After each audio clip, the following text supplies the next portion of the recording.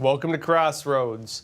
It's being alleged the Trump administration is collaborating on a brand new reality TV show where you get to watch compete for the prize of U.S. citizenship. But look, the rumors may only be partially true. In terms of what the general narrative going around, though, this is what the Daily Mail said. They say this: she's been called Ice Barbie for treating her cabinet position like a TV production, but now Homeland Security Secretary Kristi Noem is pushing for an actual reality show pitting immigrants against each other for the honor of fast-tracking their way to U.S. citizenship. And they say it may sound like a joke, but the idea is for real and is outlined in a 35-page program pitch put together in coordination with the DHS secretary. DailyMail.com can exclusively reveal. It's not fully true. I'll explain in a minute. But they say this. They say Noem is even offering up officials from the U.S. Citizenship and Immigration Services to tally votes for the made-for-TV contest. And it says the proposed series is called The American, named after the train that contestants would be riding around the country competing in regionally specific cultural contests, such as rolling logs in Wisconsin. It would lead to a grand finale with the winner getting sworn in on the steps of the U.S. Capitol. So is this true? Are they really going to make a TV show where we get to watch would-be immigrants compete for American citizenship? Well, look, not really. Yes and no, but not really. What's the truth of this? Well, there is, in fact, a production company that's looking to make the reality TV show they're describing here. There absolutely is a pitch for this. But this is the technical part. The same show was pitched to the Biden administration. The same show was pitched to the Obama administration. This is not some like Trump exclusive thing. It was pitched to previous administrations. And the whole story is basically that this pitch is, in the DHS right now. Again, this is a proposal from outside the government. It's being framed as a type of partisan scandal. How dare Trump consider this? The proposals happen like this all the time. And they don't necessarily have anything to do with the administration they're being sent to. So, there's a bit of twisting of the narrative going on here. But in terms of whether or not they're going to actually do it, personally, I would not write it off. They might do it. The Trump administration has, in fact, responded to the rumors, basically saying they get proposals like this all the time. They have hundreds of them in any given moment. They note it is not true that Kristi Noem has backed or reviewed it. So the news outlets stating they can exclusively reveal that, they probably are not accurate, frankly. So that part is likely false, at least according to the administration. But at the same time, they actually do kind of sound open to it. Epoch Times said this. They say the Department of Homeland Security, DHS, confirmed it received a pitch for a reality TV show in which immigrants compete for a chance to fast-track their American citizenship, and a spokesperson denied reports that Secretary Kristi Noem was involved. So that part was denied. And notes further in a statement to the Epoch Times, Assistant Homeland Security Secretary Tricia McLaughlin called the Daily Mail report, quote, completely false. They can exclusively reveal that the report is completely false. They also denied claims that Noem backed or reviewed a script or of a reality TV show pitch. So that part is totally fake, they say. And they say this, quote, the Department of Homeland Security receives hundreds of television show pitches a year, ranging from documentaries surrounding ICE and CBP border operations to white-collar investigations by HSI, Homeland Security investigations. She said, referring to Immigration and Customs Enforcement, Customs and Border Protection, Homeland Security investigations. And notes TV show proposals undergo a, quote, thorough vetting process prior to denial or approval, she said, adding that the reality TV show in question is in the very beginning stages of that vetting process and has not received approval or denial by staff. Meaning, they have the proposal, they haven't even gone through it yet. Now, it notes, though, that separately, McLaughlin told news outlets she had spoken with the producer of the proposed reality show, and notes that worse off, the guy who's putting this whole thing together on the private side, not the government, has worked on a number of reality TV shows such as The Millionaire Matchmaker and Duck Dynasty over the years. And in an interview with the Wall Street Journal, Worsoff said that this isn't the Hunger Games for immigrants adding, "This is not, hey, if you lose, we're shipping you out on a boat out of the country. You're fired." The idea for such a show has been pitched back during the Obama administration, Worsoff told the outlet, and proposals were sent to Biden and Obama administration, but no deal was made, he said. My take. Well, first off, remember Trump himself used to do a reality TV show. It would actually be kind of oddly fitting for the administration. I do think it leans in the direction of not happening, though, because, the optics of it would be kind of bad, frankly. But it's also possible they will do it. I've also seen people suggesting they should maybe do another reality TV show. They could get illegal immigrants to, hunt for maybe child predators. They could call it Aliens versus Predators. What do y'all think? Now, look, in other news, Trump just got handed a moderate defeat by the U.S. Supreme Court on his, Alien Enemies Act invocation for mass deportations. Now, it's important to note, while there are a lot of takes going around about the ruling, the truth of the story, it's not as extreme as a lot of media are framing, at least in my opinion. So what happened with this? What actually took place?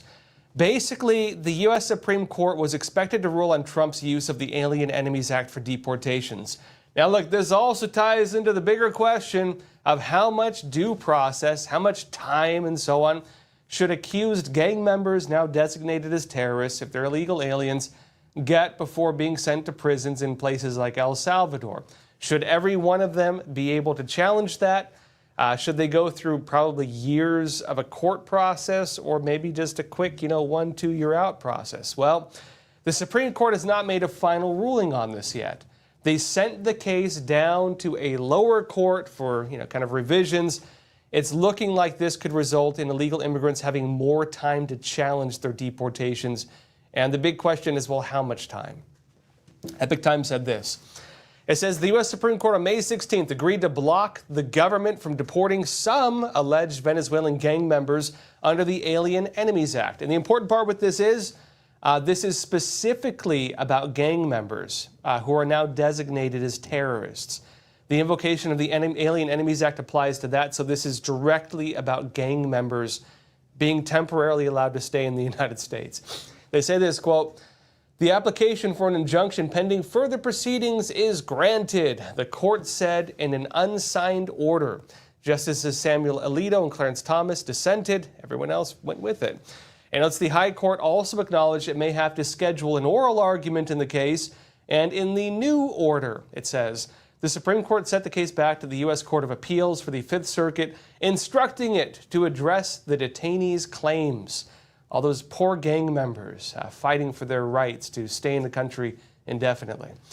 And notes, though, although the Supreme Court directed the government not to remove the detainees under the authority of the Alien Enemies Act, the order states the government, quote, may remove the named plaintiffs or putative class members under other lawful authorities, meaning Trump just can't use the Alien Enemies Act for this temporarily. That's the technicality here. It notes the Supreme Court said in its order the government did not give detainees enough time to challenge their proposed removal. So they want more time. Now, on that point, President Donald Trump was very opposed to the decision, as you might suspect.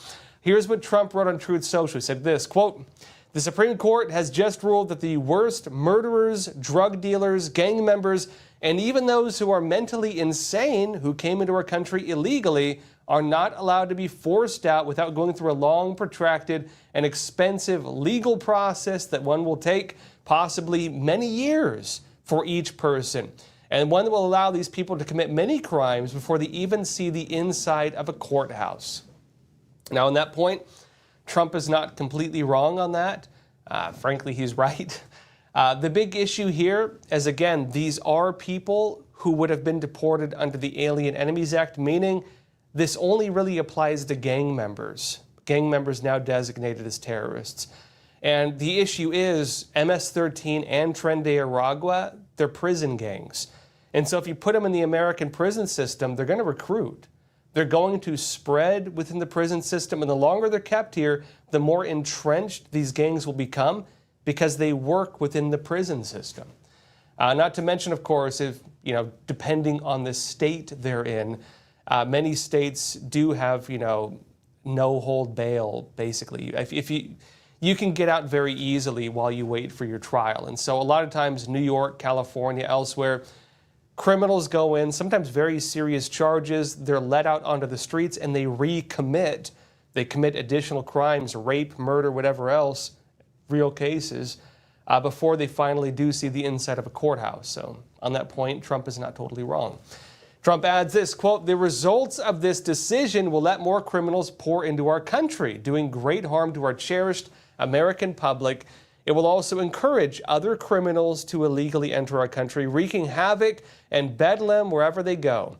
The Supreme Court of the United States is not allowing me to do what I was elected to do," he says. And look, on that point, it is likely the Supreme Court is going to make another decision after the case heads back up to them from the lower court, the Fifth Circuit. The bigger issue here, though, is this, right? The process is delaying the Trump administration's current efforts for deportations. It's possible the final ruling could go heavily in one way or the other. And if the final ruling is more against Trump and more for, stronger challenges to deportations, it is likely that this will make mass deportations nearly impossible, at least under the Alien Enemies Act. And just in terms of what it would take for, the court to hear every single case, this is not, again, in the total broad picture, not even just gang members, so this one is specifically about that.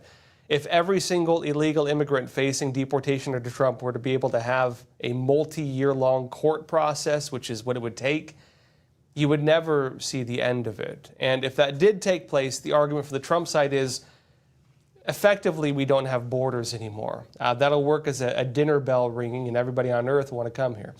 As of now, that's where things are at, and so we're waiting for updates as it comes back from the Fifth Circuit. Now, on to another topic, though. Donald Trump may be looking to challenge some of the orders and the pardons used by former President Joe Biden. And a lot of this rests on his use of the Autopen to sign many documents. Donald Trump is alleging a document signed by an Autopen is technically not a document signed by the president.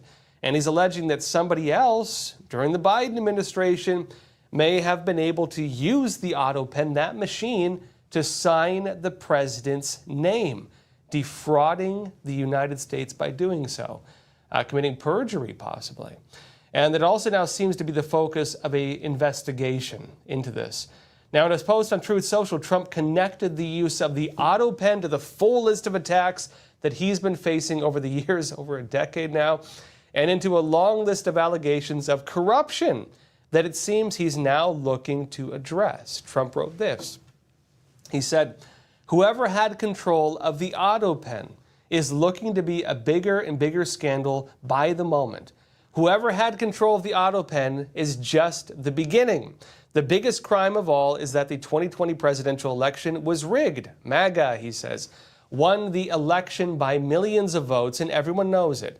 God bless America, for the fight has just begun." And Trump, of course, connects it to basically everything he's been dealing with over the past decade. And look, right alongside the debate over the Autopen, though, and Trump is going after that very heavily. He even posted a meme where he replaced Biden's presidential photo with a photo of the Autopen. There's another big issue coming to the surface. Many on the Democrat side are now kind of going after former President Joe Biden. Books are coming out. News outlets are getting exclusives. They're all saying, who covered this up? They're not looking in the mirror and realizing that they themselves, most of them, in fact, covered it up. But they seem to be blaming Biden for the losses of the Democrat Party, again, during the last election especially, while also raising new questions over his alleged cognitive decline and now his cancer diagnosis we'll get into.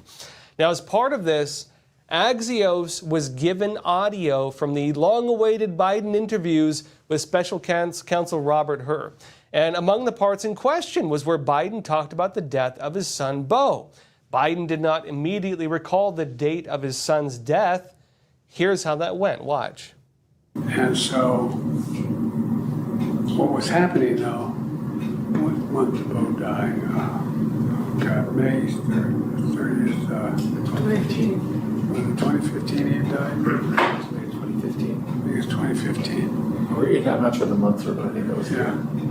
That's right, Mr. President. And what's happened in the meantime is that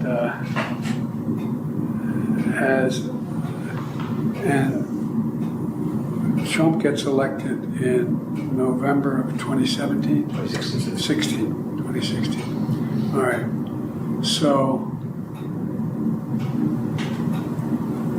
why do I have 2017 here? That's when you left office, January of 2017. Okay.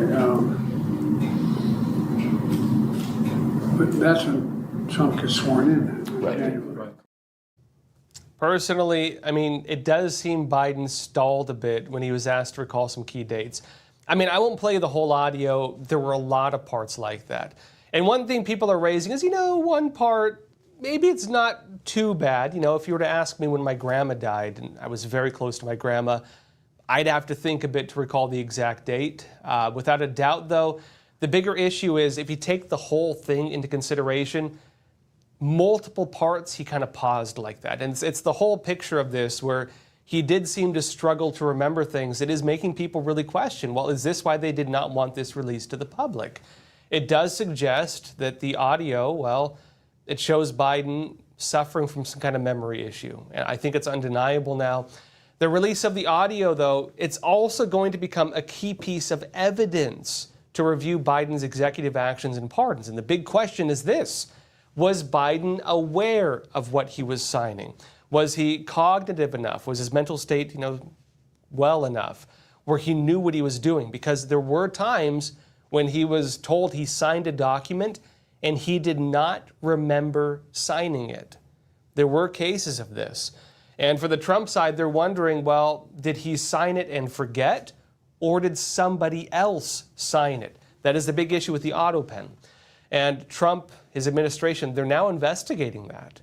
Another big question is, look, this ties into the debate around the Autopen, the machine that was used to sign documents in his name, and all else aside, Trump has been questioning, well, if somebody else was signing those documents, who was it?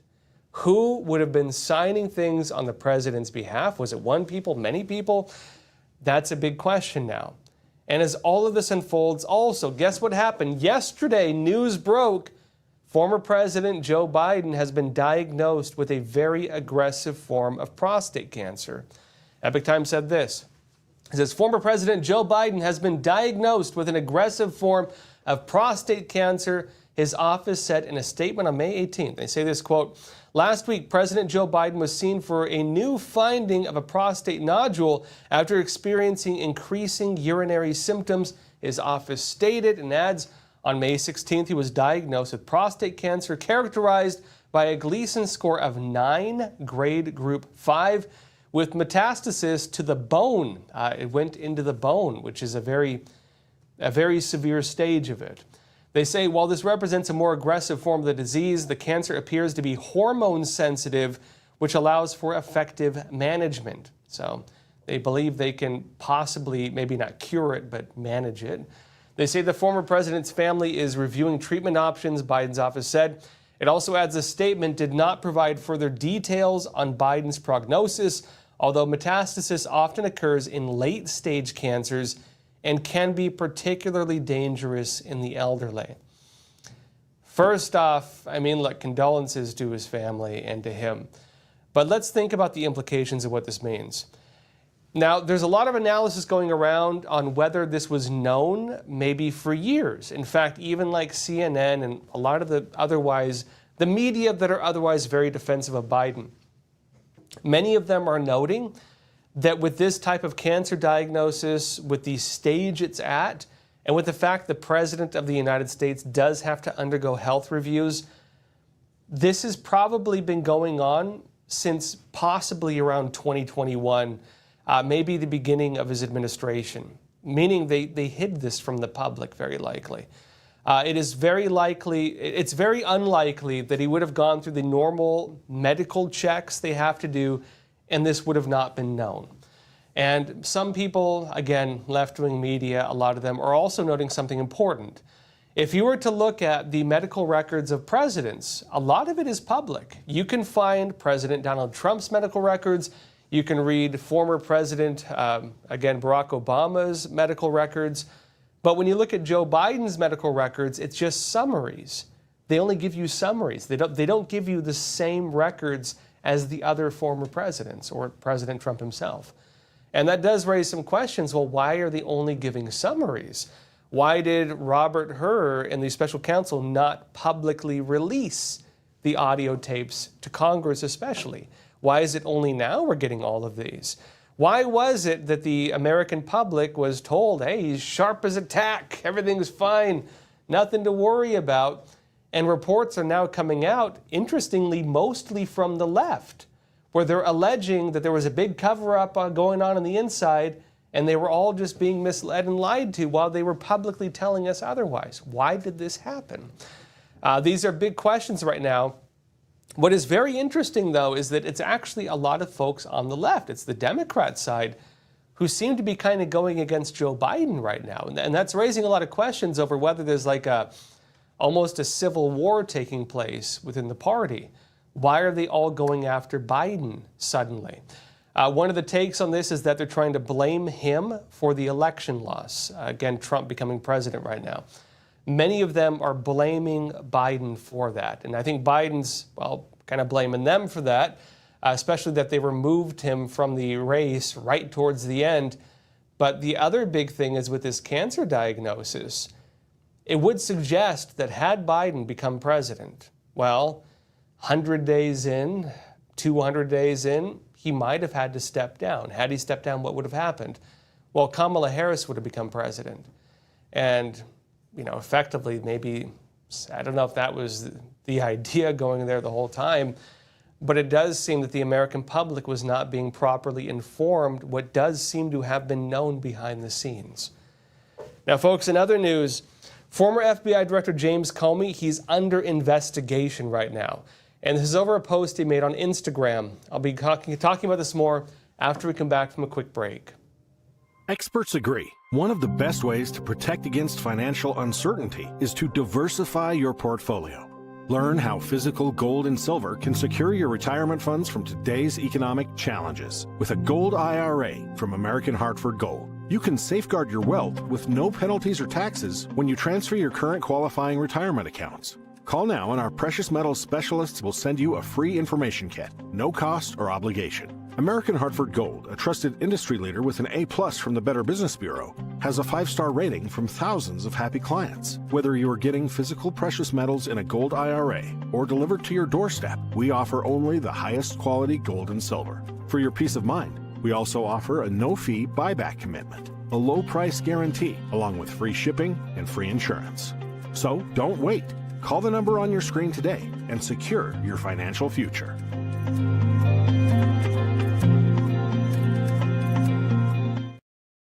Welcome back. Former FBI Director James Comey is now under investigation, and this is over a post he made on Instagram. The image, which he posted and has since deleted, it showed shells he found on the beach, he says, that were arranged in a way to say 8647.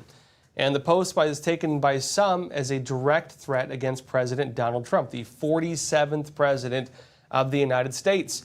So what does it mean to 8647? Well, the number 86 can have a lot of different meanings. These range from to remove, they even include to kill.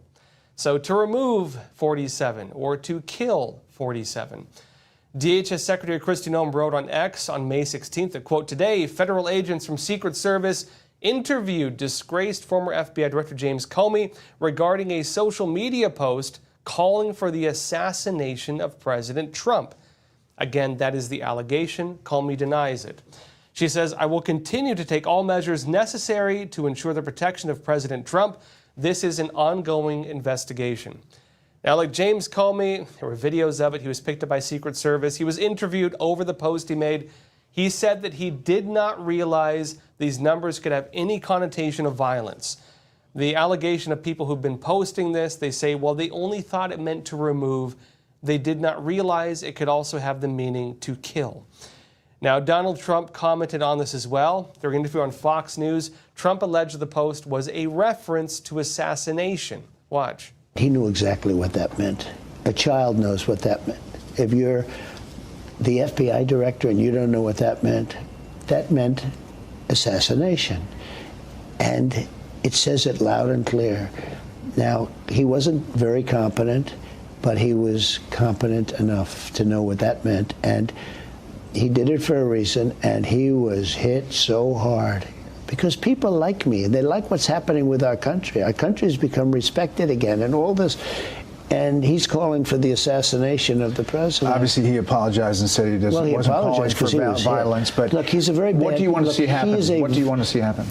I don't want to take a position on it because that's going to be up to Pam and all of the great people. I have Cash, I have Pam, I have great people.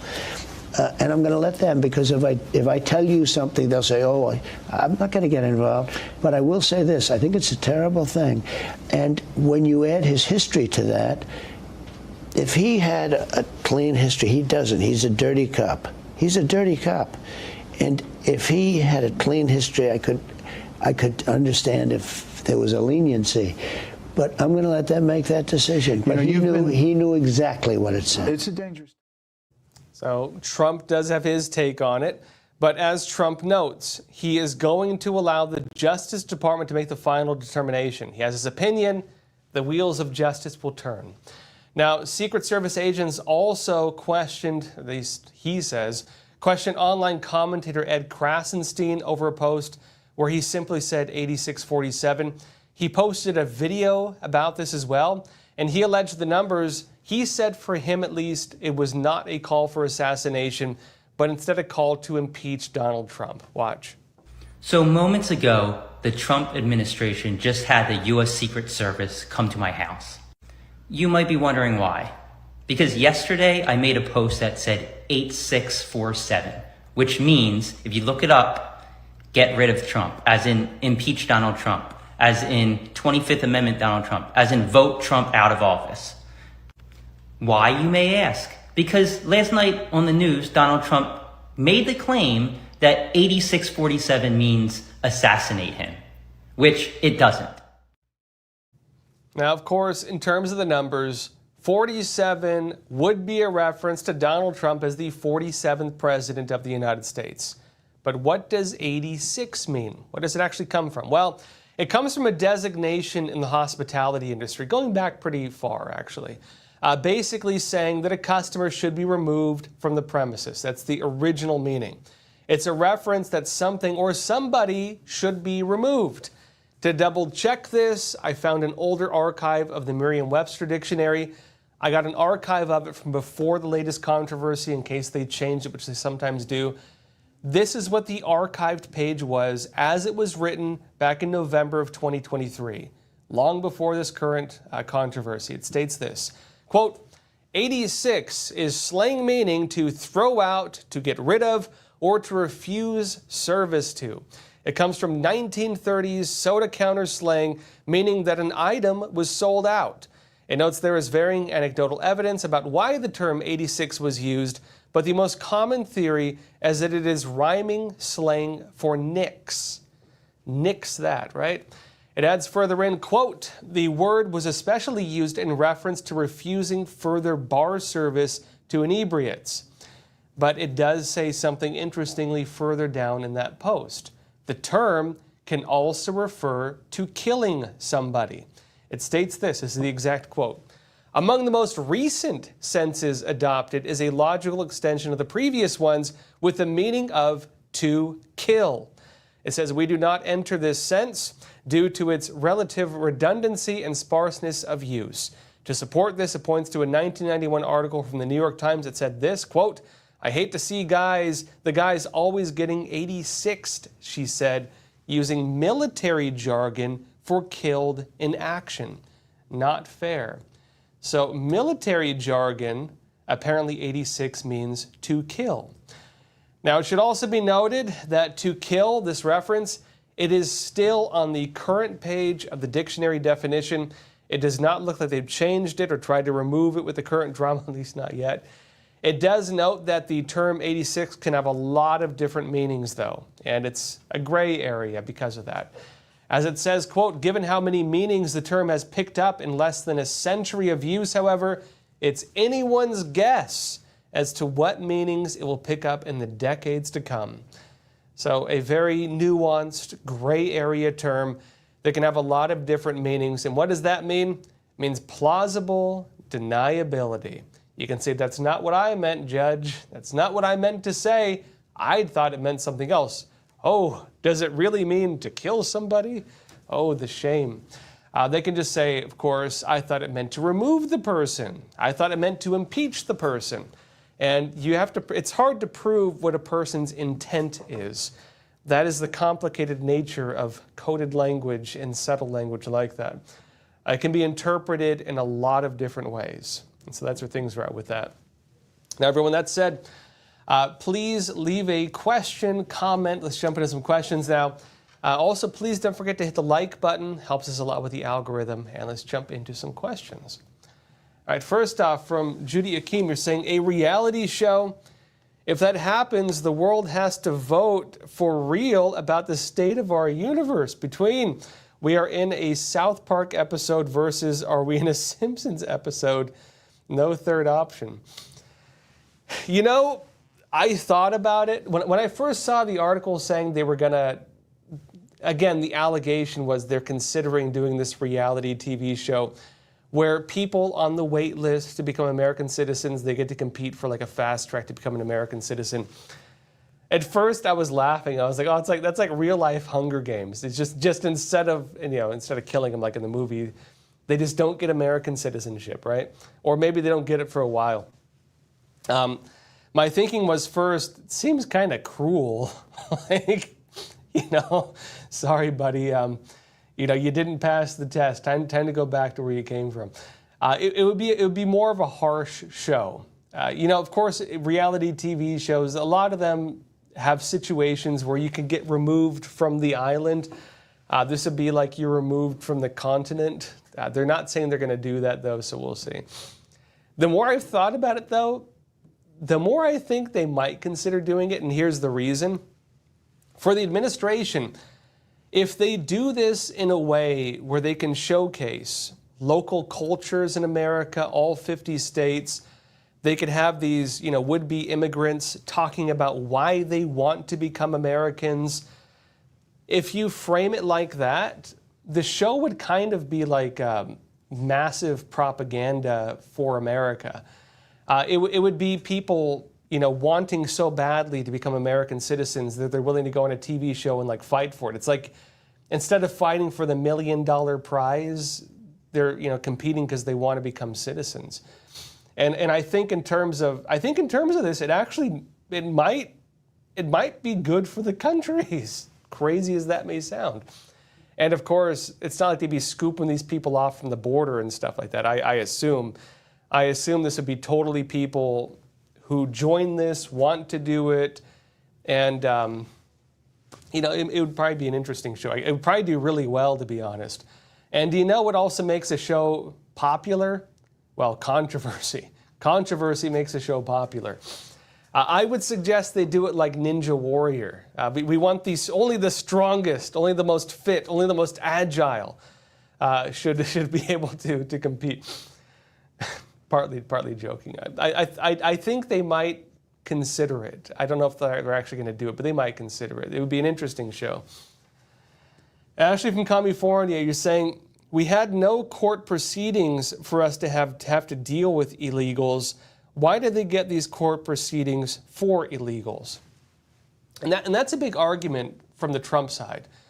When they talk about due process and, effectively that every single non-citizen is suddenly allowed to have a very long, very secure legal protection and court process.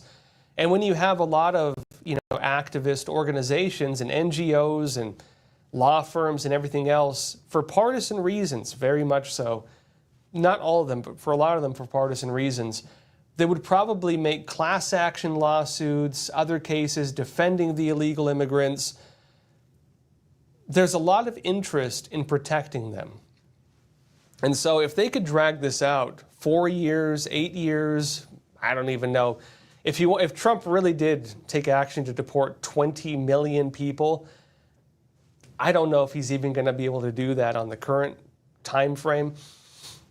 You would never see an end to it.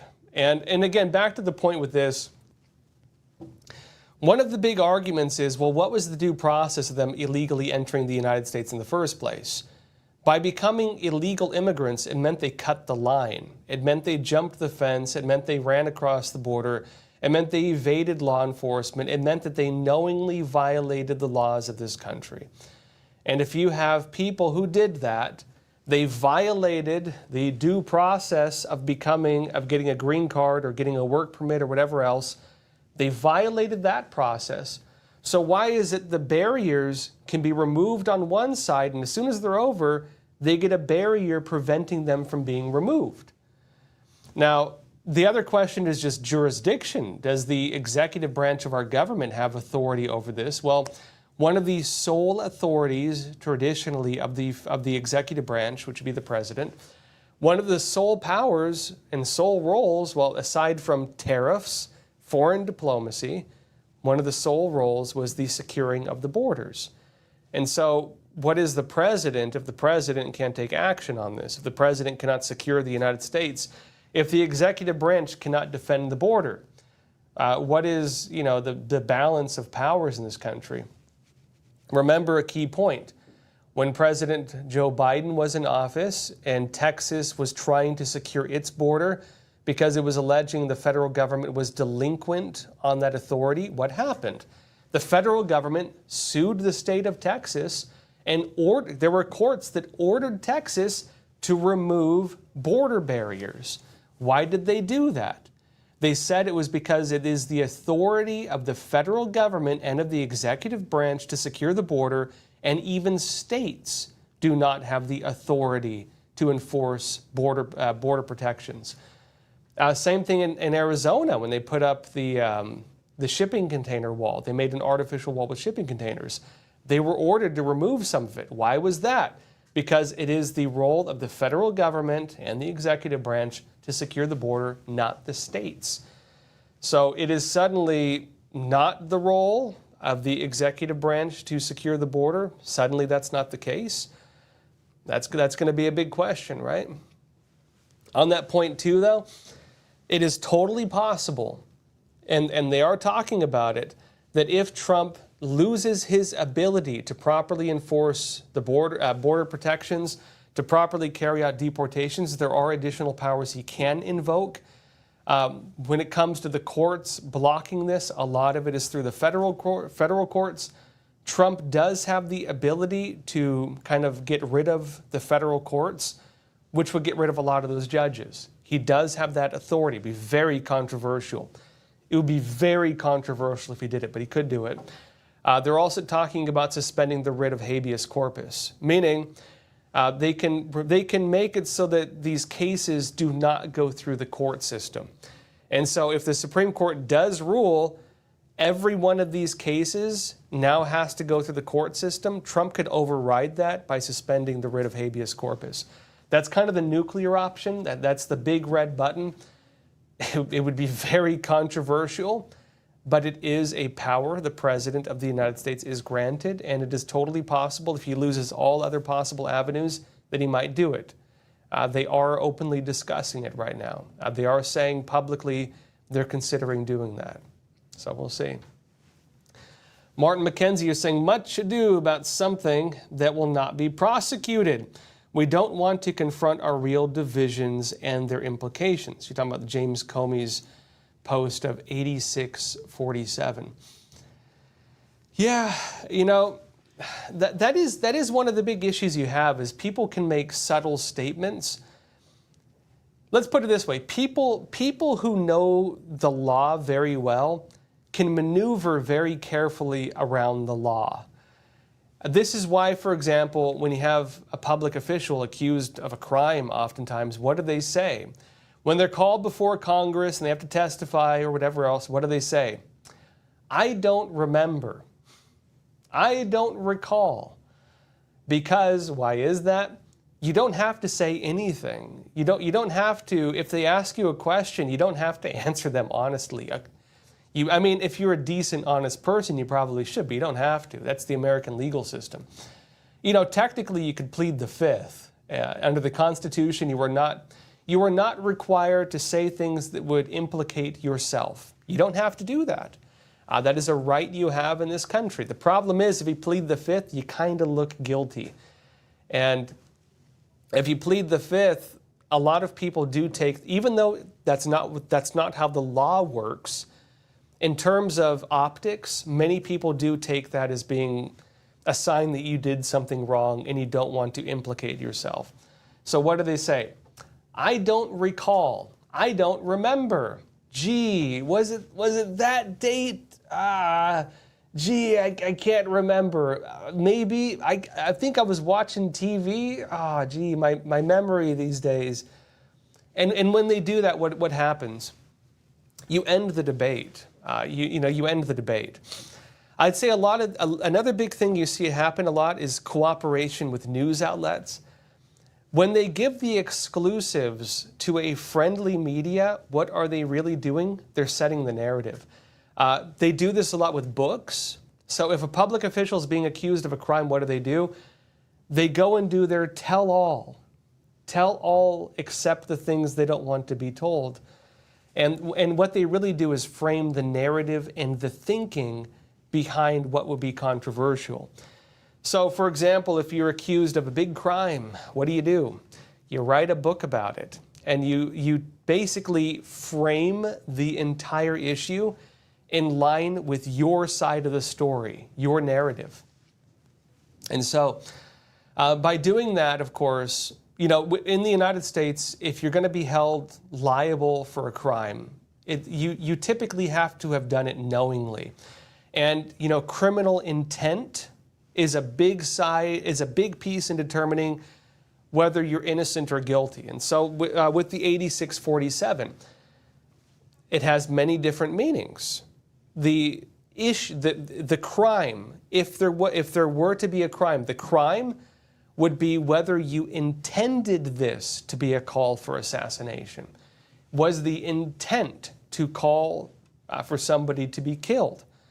Now, if you're threatening the President of the United States, that is a crime. And so that's the question. Was that the intent? Or did you say, gee, I thought it meant something else. I thought it meant something else entirely. I thought we were talking about impeachment here.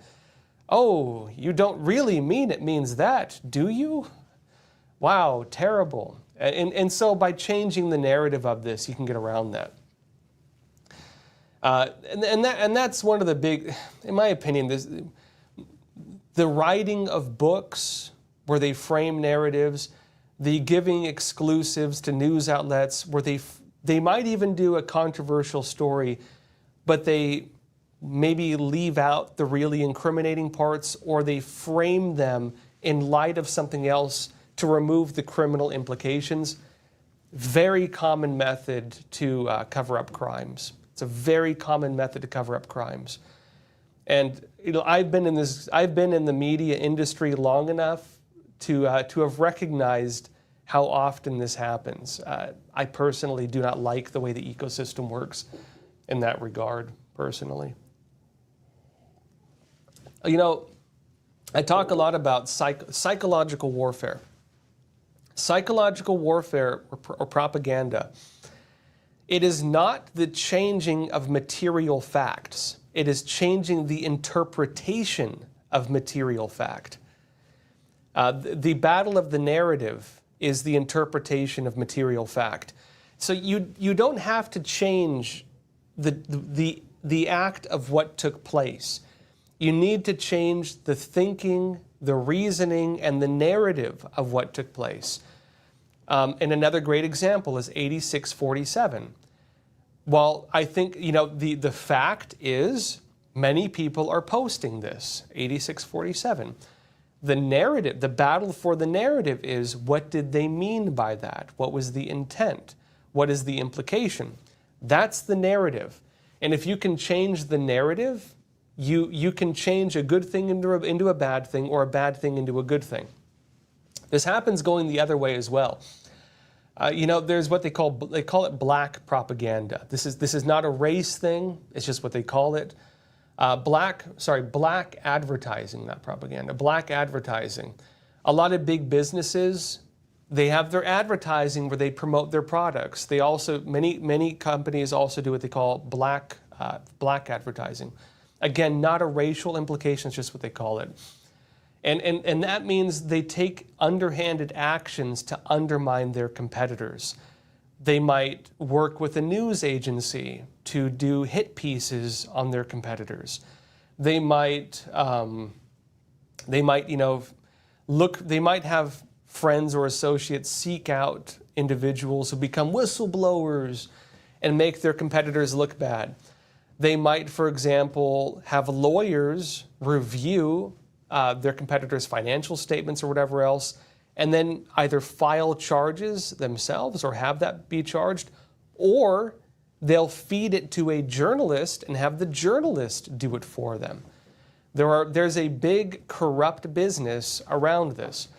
And it's part of the way that, at least in my view, a lot of the news industry, I'm not talking about like real journalists, I'm talking about the news industrial complex, is a tool for a lot of these types of things. They work hand in glove with a lot of big business, foreign governments, even just partisan interests to do this kind of stuff. I very much do not like this part of the industry, which is why you see me not doing it, frankly. Anyways. Yeah, and I can tell you it's common. It's common for journalists to get offered money to do that. I've personally, in my close to 20 years as a journalist, I've been offered money several times to do stuff like that.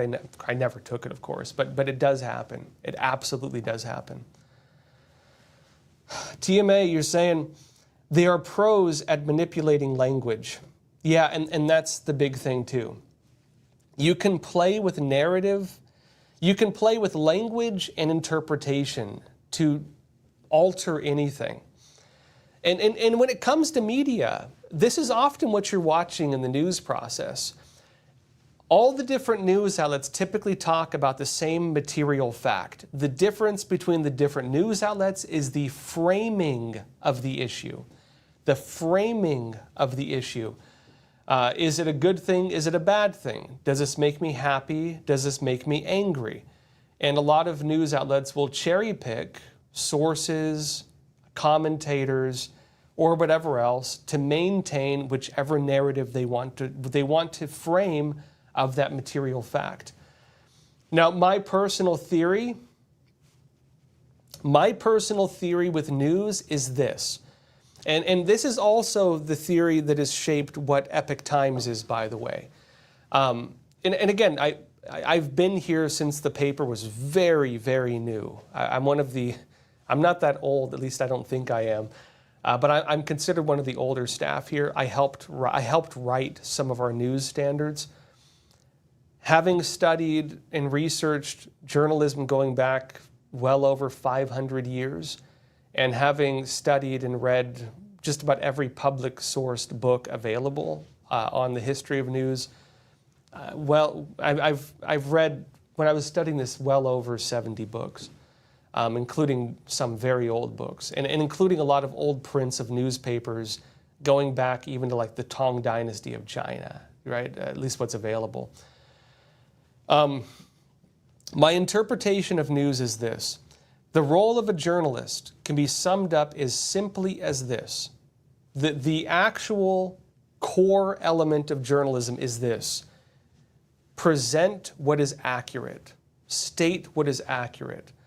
And my personal belief with news is my job is to present you with the most accurate picture of what took place possible. And with Epoch Times, that is also one of the core theories of how we approach news. And I believe that ties into why people consume media in the first place. People consume media because they want to have an accurate understanding of the world. And so when I approach stories, I try to dig through everything and I try to find out what actually happened. I do try to show you what the different sides are saying, because presenting the different narratives, and if there is a type of manipulation where material fact does not support the narrative or the framing that they've used, I do try to show that. Not everybody's always happy with that, I should add, because sometimes people want to have information misrepresented for whatever reason they have. Anyways, my personal theory on news is that it's learning to be an honest person, right? It's learning to be an honest person, and also recognize where personal inherent bias may block you or myself from stating something that I might not agree with, right? And so you'll find on this show that I will often tell you opinions that even if I don't agree with them, because as a journalist, I have to do that, right? And so that is part of my job. What makes an entertainment show a little different, and Crossroads, I do a lot of analysis here, as you all know. If I give my opinion, I will always make an effort to state that I'm giving you my personal opinion. And again, it's just my personal take, and I do try to draw a line between fact and interpretation, right? And so I do make an effort to do that. I don't believe anybody's free from bias, including myself. If anybody tells you they're totally non-biased, they're probably lying to you. Everybody has an opinion. Everybody has some form of bias. And the challenge is being able to see beyond your bias, right? To be able to see things through somebody else's eyes. That's one of the key challenges with that, right? Another question here. Moldy Guard, you're saying, I voted for no one is above the law. What a concept. Those of you who watched this show during the elections and prior to that, remember what I was saying. I was like, because when Biden was president, and over the past 4 or 5 years, I probably don't need to tell you all this, but here's a reminder, in case you forgot. They were making a lot of criminal charges against President Donald Trump. Surprise, right? Remember that? Constantly, there were new criminal charges against Trump. One of the common factors with those criminal charges, though, is this. Almost across the board, in order to make those charges, they were using novel interpretations of law. They were using laws in ways they had never been used before. They were, for example, changing, for example, the laws on the amount of time you can take to file a charge, putting that on hold, making exceptions in order to bring charges against Trump. One example of that is in New York, when Trump was accused of defamation for saying he didn't rape that woman. Remember so on that point, Trump was never convicted of rape. He was convicted for defamation for saying he did not do that. And that's where it gets complicated, right? But for a defamation case, I believe in New York, it's 1 year. The statute of limitations is 1 year. In New York, they changed the law for 1 year to eliminate statute of limitations for that exact type of charge, which then allowed them to file charges against Trump. So they had to change the law temporarily to allow for Trump to be charged and then immediately put the law back in place so it could not continue to be used like that. Which is very... Again, and this was the argument that whole time, is can you do that? Can you change a law to go after somebody? And was that the intent of changing in the first place? Well, I don't know. But my point with saying all this is this. My point with saying this is this. I warned at that time. I said at that time they should be very careful because the changes they're making to the law, the change of interpretation of the law, which, again, when it comes to enforcement, interpretation of law is one of the biggest things. Remember the difference between material fact and interpretation. As many of you know, within our legal system, previously convicted cases are a key part of consideration during the trial process. And so if you have somebody where a previous case was ruled in such a way and was interpreted in such a way, that does have to be taken into consideration with how the case is judged. So if they did that to Trump, it means that somebody in the future could do it against the other side. And as I warned, an issue the other side has is that many of them could potentially be criminally charged for the very things they accused Trump of doing. And I warned at that time, saying they should be careful doing this because if Trump does get back into office and they've now changed the laws because they have novel interpretations, things that have never been done before, they've never used the law in such a way, that gun they built can be turned the other way and they're going to be in trouble. And I think we're now seeing that. And this is why you have a lot of people now coming up publicly and they're saying, oh, Trump is weaponizing justice. He's going after his enemies. The actor Ben Stiller just posted a video about this, saying Trump is going after his political enemies. And there's different, and again, when it comes to interpretation, there's also that. What is the material fact? Is Trump going after his enemies? The material fact is, yes, his administration is actually targeting a lot of those people. But what is the interpretation? Well, for the left, they're interpreting it that Trump is on the path of vengeance. He promised retribution, right? He was the retribution candidate. People voted for retribution. What is the other side? The conservative side, the interpretation of that material fact is this. They say this is not retribution. This is punishment for the other side having weaponized the arms of justice against their enemies. And so people who were engaged in things they shouldn't have been and were targeting their enemies are now being gone after because they were the ones doing it. In other words, if a criminal breaks into your house and the criminal is arrested, is it retribution against the criminal when they broke into your house, right? Does that make sense?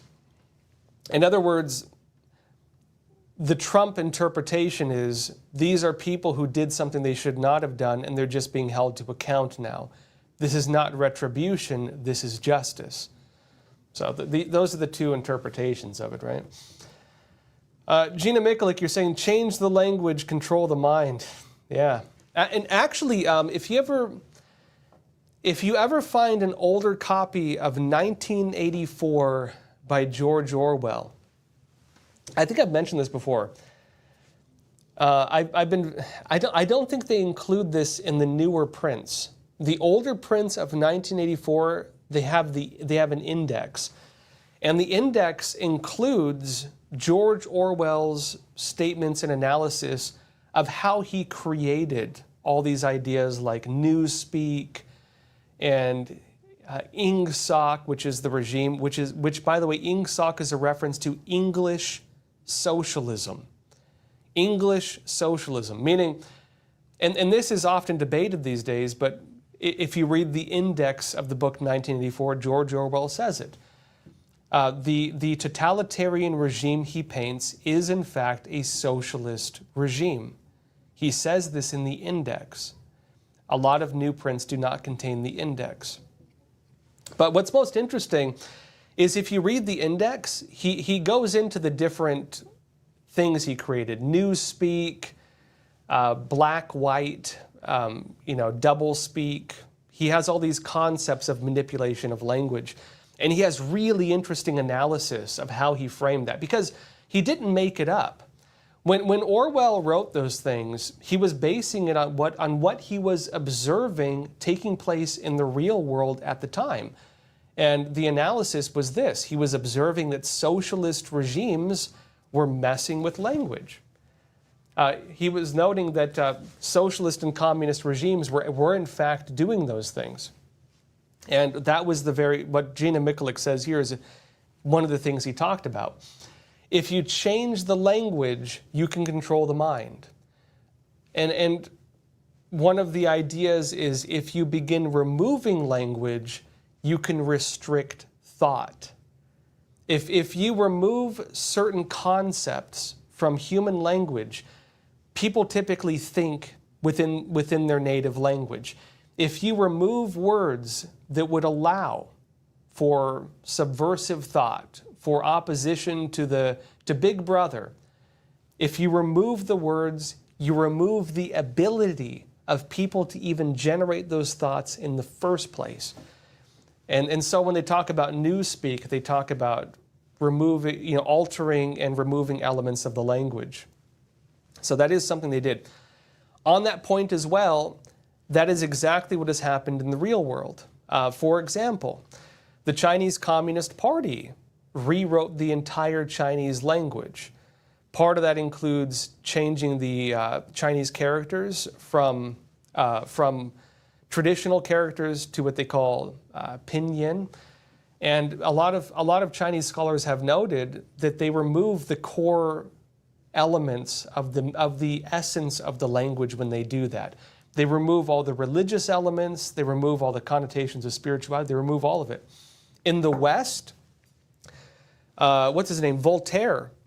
Voltaire did this prior to the French Revolution, mostly in France. Voltaire did this. Voltaire, who in his writings was a very radical atheist, he in his own writings, he wanted to destroy religion. He was very set on it. Voltaire was cooperating with an organization, they were called the Encyclopedists. It was a society looking to define language. And if you read the leaked, at the time, notebooks of Voltaire, which I've read, he talks about his reasoning for this.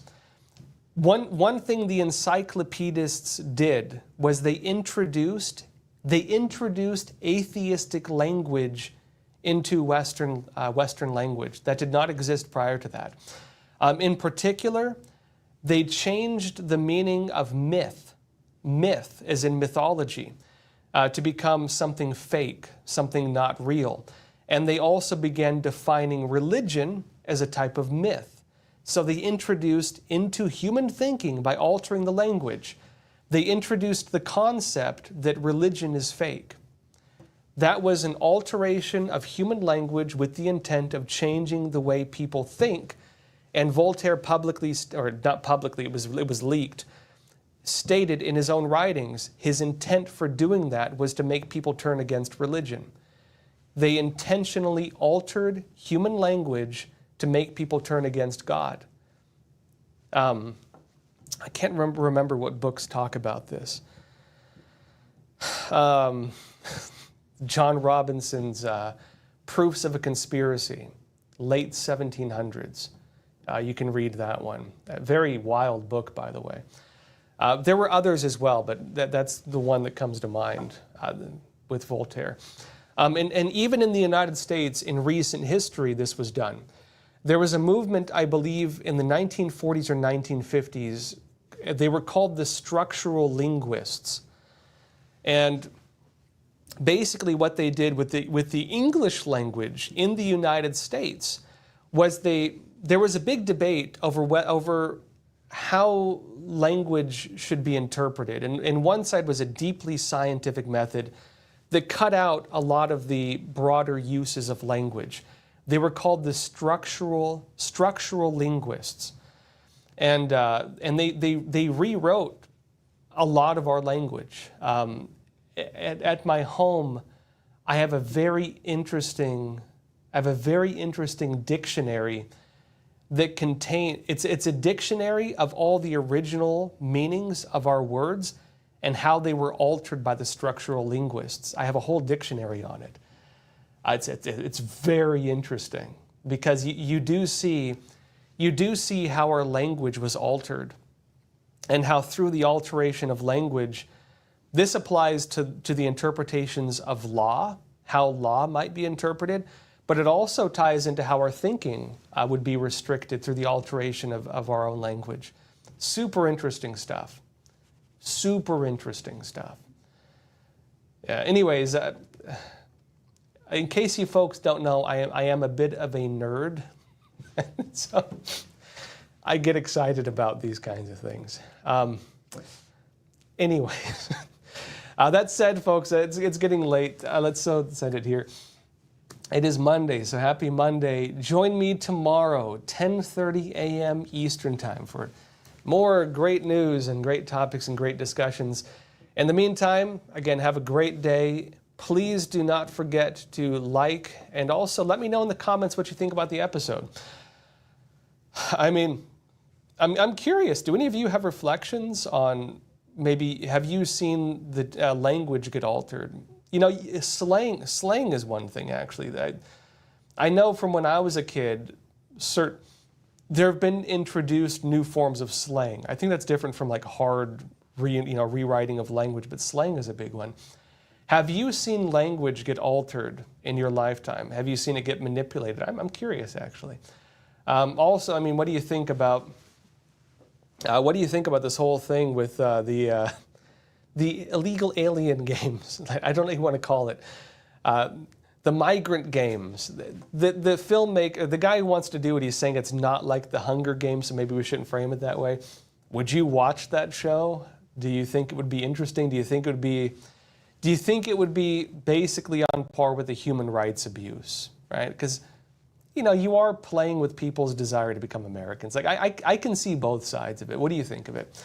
Let me know in the comments. Join me again tomorrow. And until then, folks, please take care of yourselves, stay informed, and stay free. Thank you.